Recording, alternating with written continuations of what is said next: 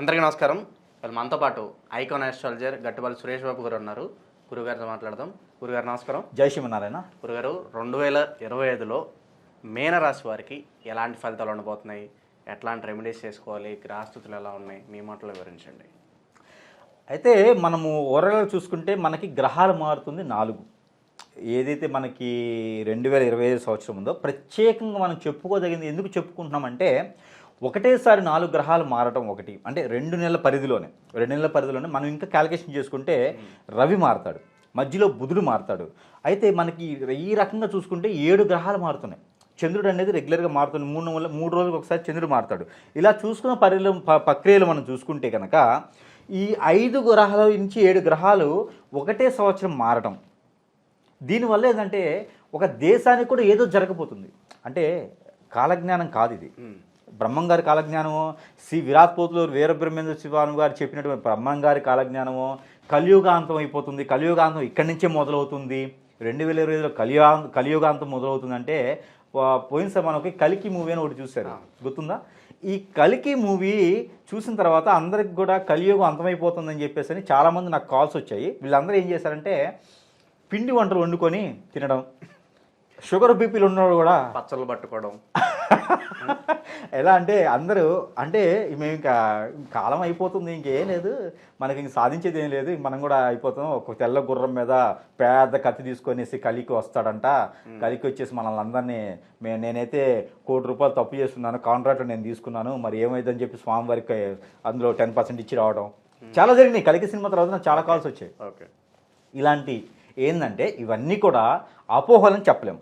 కాకపోతే కలియుగాంతం అనేది కాదు. ఇప్పుడు ప్రతి సంవత్సరం మనకు వరదలు వస్తాయి, కలియుగాంతమా? ప్రతి సంవత్సరం వానలు పడతాయి, ఎండలు ఎక్కువ వస్తాయి, కలియుగాంతమా? పంటలు పోతాయి, కలియుగాంతమా? తెగులు వస్తుంది, కలియుగాంతమా? జ్వరం వస్తుంది, కలియుగాంతమా? ఇవి కాదు. ఇవి కాలక్రమేణా వస్తాయి, ప్రాబ్లమ్స్ వస్తూ ఉంటాయి, పోతూ ఉంటాయి. మొన్న కోవిడ్ వచ్చింది, కలియుగాంతం అయిందా? కోవిడ్ వచ్చింది, ఎంతోమంది చనిపోయారు, ఎంతోమంది బాధపడ్డారు, ఎంతోమంది ఒంటరయ్యారు. ఎన్నో ఇళ్లలో అది కొంచెం ప్రాబ్లం, ఇప్పటికి కూడా కోలుకోలేనటువంటి స్థితి ఉంది. అదంతా కలియుగ అంతమైందా? కలియుగాంతము ఎద్దు రంకేస్తేనో, చేపకు ఊపిరి వస్తేనో, లేకపోతే శ్రీ విరాట్ పోతులూరు వీరబ్రహ్మేంద్ర స్వామి గారు చెప్పారనో కలియుగాంతం అవ్వదు. కలియుగాంతం శ్రీ విరాట్ పోతులూరు వీరబ్రహ్మేంద్ర స్వామి గారు చెప్పినా, లేదా ఇంకెవరు చెప్పినా కూడా అది ఏంటి అంటే, ఇప్పుడు మనకి గరిష్ట అని చెప్పేసి వాతావరణ శాఖ చెప్తారు. ఒక వారం రోజుల ముందు, 10 రోజుల ముందు పలానా ఏరియాలో వాయుగుండం పడుతుంది, పలానా బంగాళాఖాతం ఇట్లా వాయుగుండం పడుతుంది, పలానా ఏరియాకి ఎఫెక్ట్ ఉంటుంది, పలానా రాష్ట్రంలో వరదలు వస్తాయి, మీరు జాగ్రత్త పడని చెప్తారు.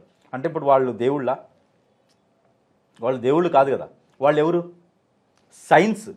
సైన్స్ నమ్ముకొని దాని మీద దృష్టి ఉంది, దాని మీద చదువుకున్నారు కాబట్టి అది చెప్పగలుగుతారు. ఆయనకి ఇంట్రెస్ట్ ఉంది కాబట్టి.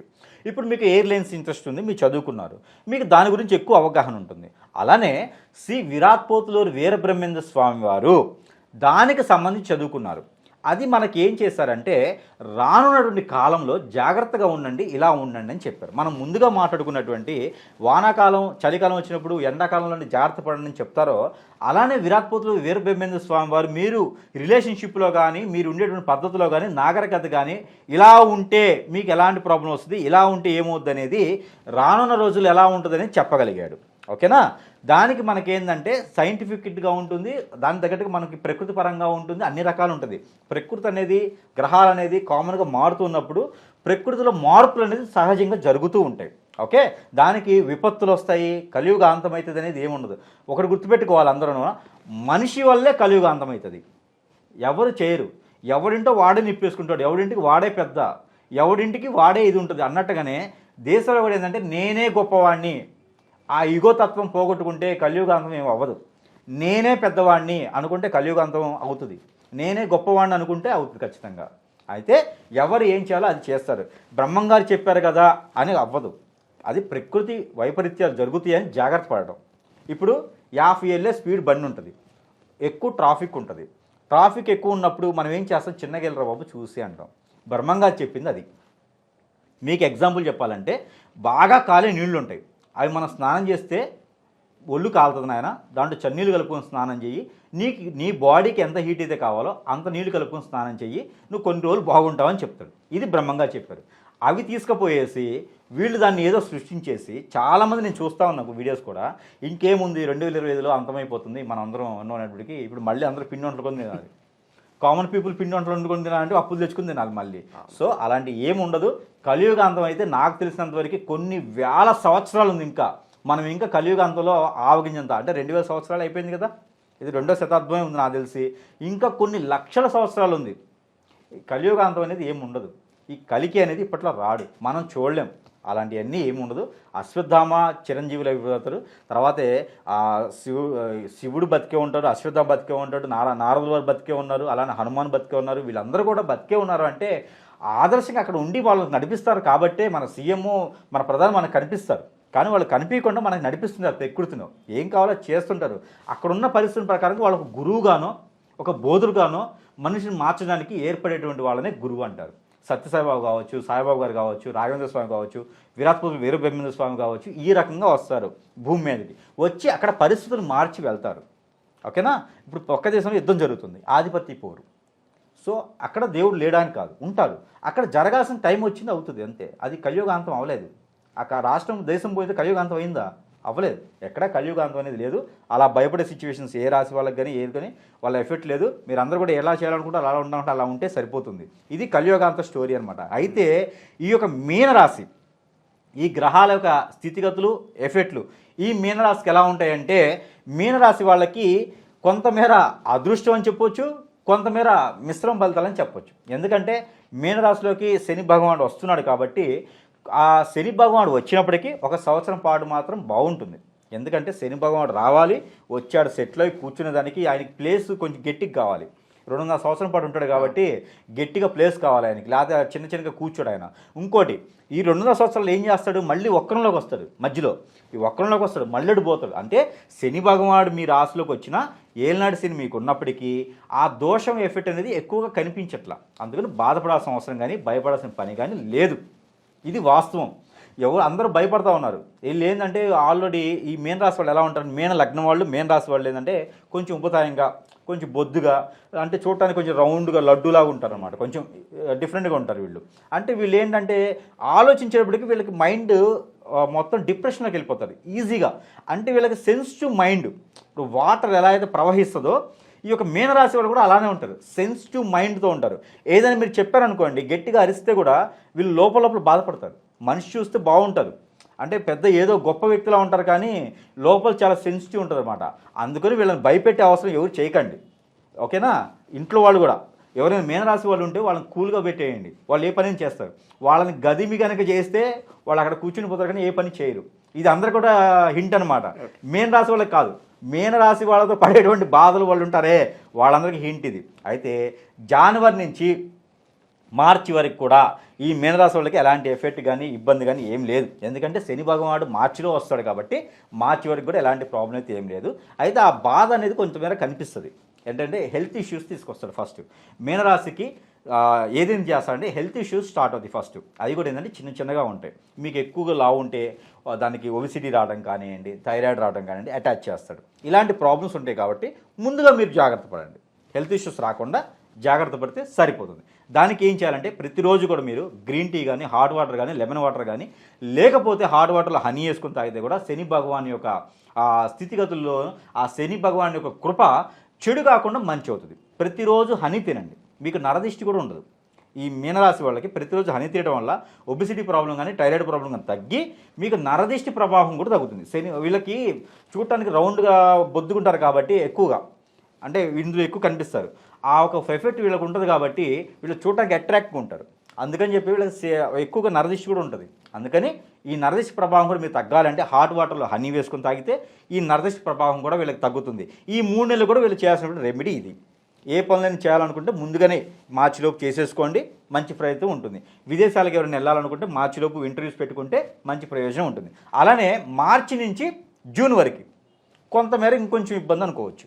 అది ఎంతవరకు ఇబ్బంది అంటే డబ్బులు ఇచ్చి రాకపోవడం, మీరు కొత్తగా వ్యాపారం చేయాలనుకుని చేయలేకపోవటం, మొదలు పెట్టాలనుకుంటాం చేయలేకపోతాం, కొత్తగా ఏదన్నా ఇంటర్వ్యూస్కి వెళ్ళడం మన దగ్గర బుద్ధిగా ఉంటుంది. మనం అన్నీ గుర్తుపెట్టినట్టు ఉంటాం, ఆడికి వెళ్ళడానికి ఏం గుర్తురాదు. అసలు నేను ఇంటర్వ్యూకి వచ్చాను అన్నట్టు ఉంటుంది. వాళ్ళని నేను చేస్తున్నానా, నేను వాళ్ళని చేస్తున్నానా అన్నట్టు ఉంటుంది. ఈ మీన రాశి వాళ్ళకి అంతా కొంచెం డిఫరెంట్గా అనిపిస్తుంది. ఏది 2020 సంవత్సరం మొత్తం కూడా ఇలానే ఉంటుంది. షర్ట్ వేసుకుంటాడు, ప్యాంట్ వేసుకుని మర్చిపోతారు. సో జేబులో డబ్బులు పెట్టుకుని మర్చిపోతారు. ఇంట్లో వాచ్ మర్చిపోయేసి బస్సులో ఎత్తుకుంటారు. అంటే వీళ్ళన్నీ కొంచెం మందబుద్ధిగా అయిపోతాయి. సో అందుకని చెప్పేసి రేపు ప్రయాణం ఉంది అంటే ఈరోజే దగ్గర పెట్టుకోండి. రేపు పని ఉంది అంటే ఈరోజే ప్రయత్నం చేయండి. రేపు ఒకరితో మాట్లాడాలంటే ఈరోజే ప్రిపేర్ చేసుకోండి. ఇలా ముందు చూపుతో చేస్తే కనుక ఈ జూన్ వరకు కూడా ఇలాంటి ప్రక్రియ ఉంటుంది. కాబట్టి ఎందుకు అలా ఉంటుందని అనుకోవచ్చు. ఎందుకంటే శని భగవానుడు వస్తాడు, వచ్చి అటు ఇటు కదులుతుంటాడు. అంటే ఒక దగ్గర స్థారంగా కూర్చోడు అనమాట ఆయన. అందుకని మనకు మందబుద్ధి అనేది కొంచెం ఎక్కువ కనిపిస్తుంది ఈ 3 నెలల్లో. అయితే దీనికి మీ దగ్గర ఏంటంటే మనకి ఇది సొంటి ఉంటుంది కదా, సొంటి అల్లం పేస్ట్ ఉంటుంది, అల్లం ఉంటుంది దొరుకుతుంది, మీకు అల్లం తెలుసు కదా. సొంటి కానీ అల్లం కానీ ఇలాచి లవంగ్ ఇవన్నీ కూడా మీకు పనికి వస్తాయి అన్నమాట. ఇవన్నీ కూడా పౌడర్ చేసుకోండి. చెక్క ఉంటుంది కదా మనకి, దాల్చిన చెక్క అంటారు, ఈ చెక్క కావచ్చు, ఇవన్నీ కూడా పౌడర్ చేసుకొని ఈ పౌడర్ దాల్చిన పౌడర్ అంటారు మనకి, టోటల్గా చెప్పాలంటే దాల్చిన చెక్క పౌడర్ అంటారు.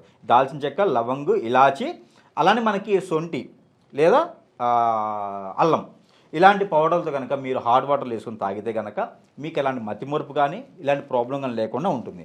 అలానే మీకు శని భగవాన్ యొక్క అభిషేకం, రాహుకేతువులకి పూజ లేదా ఏదైనా మంచి ప్రాసిద్ధి చెందినటువంటి దేవాలయంకి మీరు దర్శనం చేసుకుంటే మంచి జరుగుతుంది. అలానే మీకు దగ్గరలో ఎక్కడ కనకదుర్గమ్మ అమ్మవారు ఉంటే, అది ఎక్కడైనా ఉండొచ్చు, కనకదుర్గమ్మ అమ్మవారు అయితే చాలు, ఆ టెంపుల్ లేదా లలితాదేవి అమ్మవారు ఉన్నా కూడా అక్కడ కుంకుమ అర్చన చేయించినట్టయితే మంచి ఫలితం ఉంటుంది.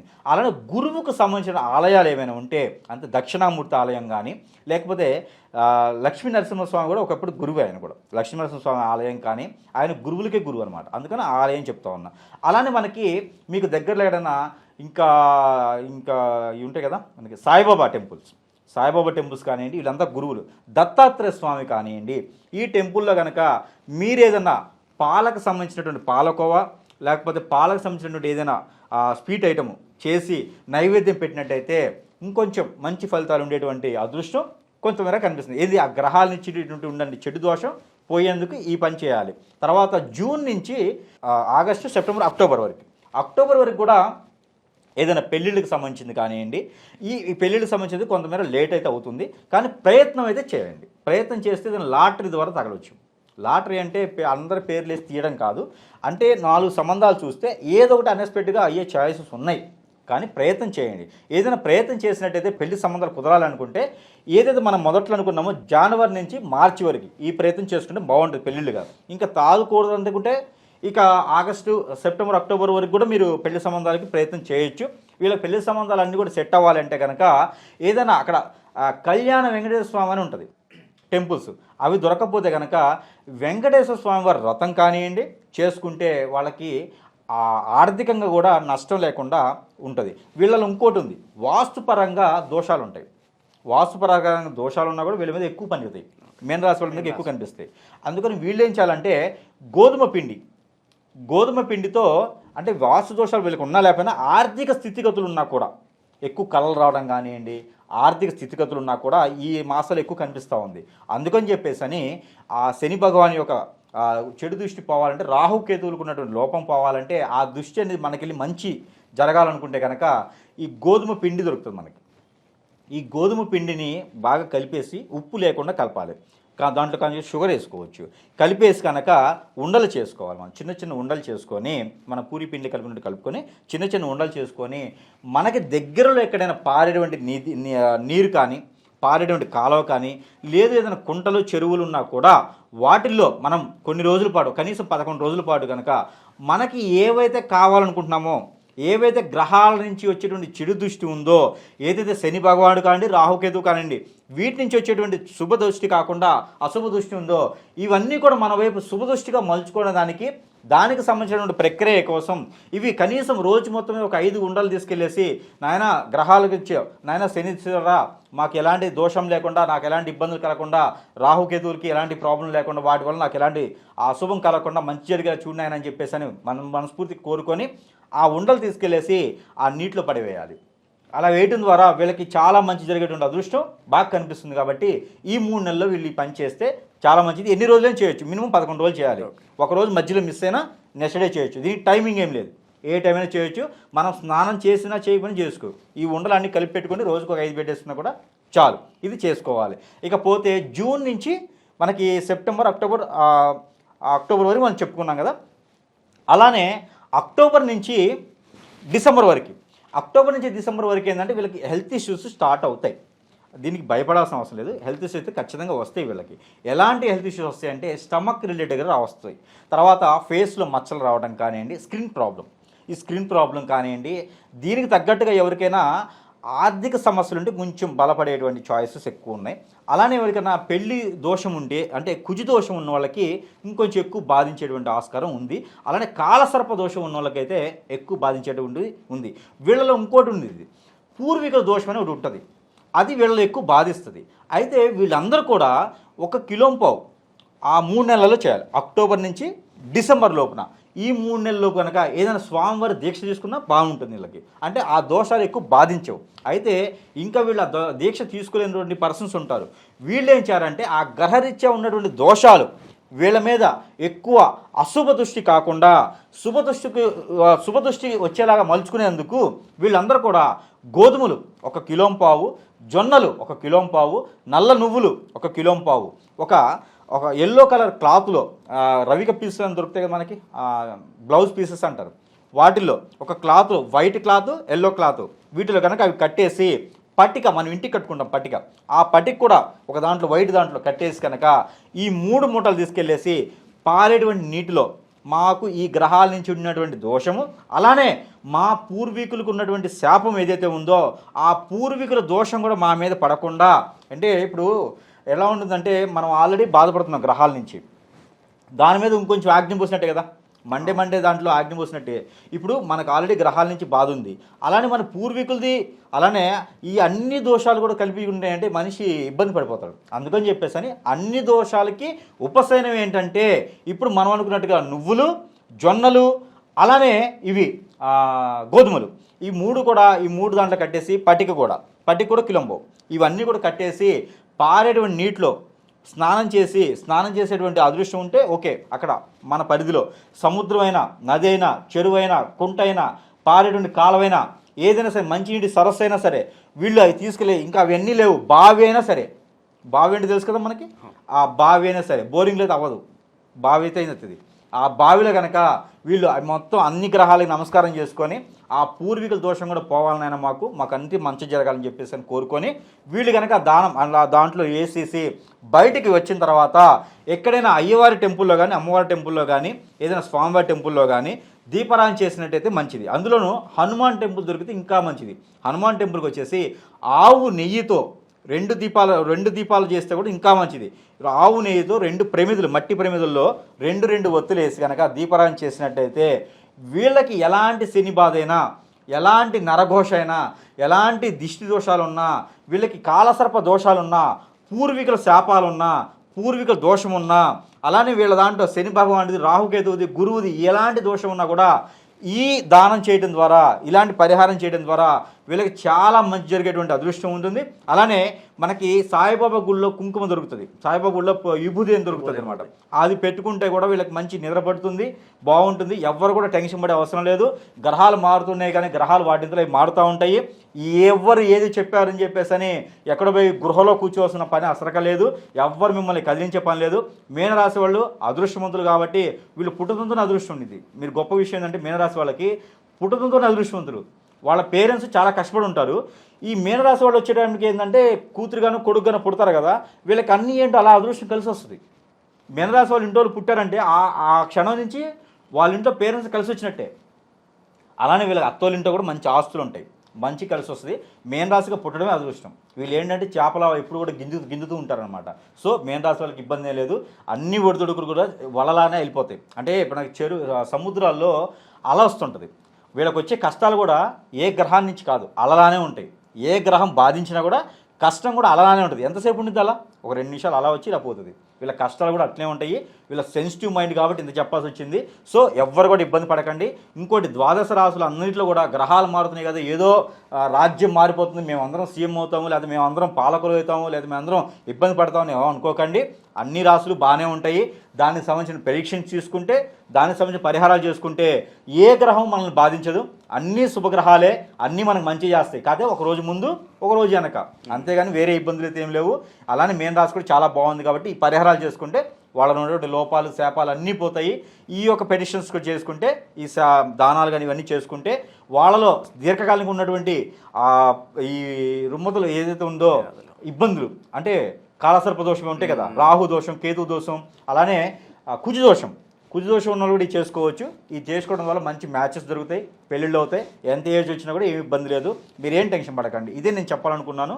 ఇది మీనరాశి వాళ్ళకైతే 2025లో ఓవరాల్గా మీన రాశి వారికి ఎలాంటి ఫలితాలు ఉంటాయి, మీరు చేసుకోవాల్సిన పరిహారాలు తెలియజేసినందుకు ధన్యవాదాలు. నమస్తే.